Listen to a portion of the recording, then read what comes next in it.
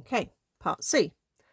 Right, let's use our answer for part B. So even if we had not got A or B, we can write that down and see if we can figure out the 5 marks for part C.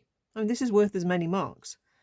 So the maximum range is 392. So this depends on you knowing what angle you need to project something at to get the maximum range.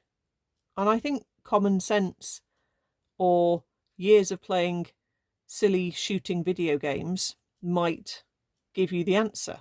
It's at 45 degrees, okay? The max angle, or the angle for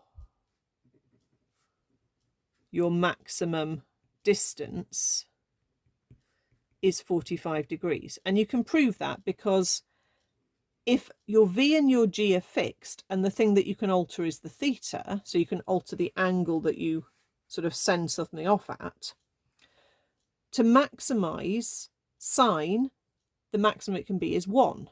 Okay, so it's basically when sine 2 theta is at 1, its maximum, which gives you 2 theta is 90 degrees, which gives you theta is 45.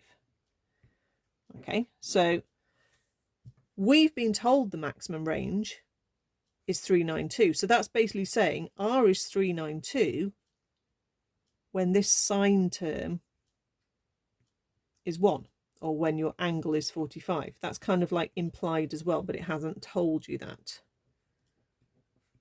So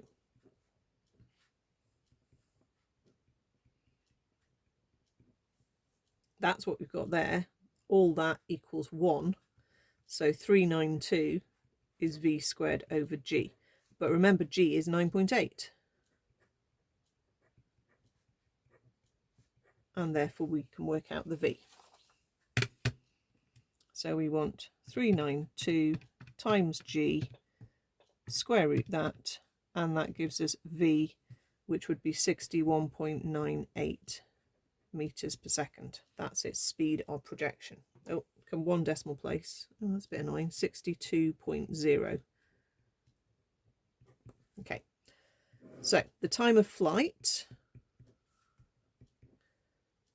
going back to the previous step, so obviously this then depends on you having the previous bit right.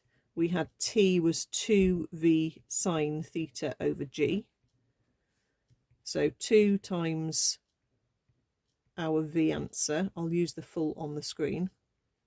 I'll use, again, the 45 degrees for the theta over 9.8. Okay, so 2 times answer times sine 45, I'm definitely in degrees, yes, over 9.8, gives us a time of flight of 8.944, so that's 8.9 to 1 decimal place.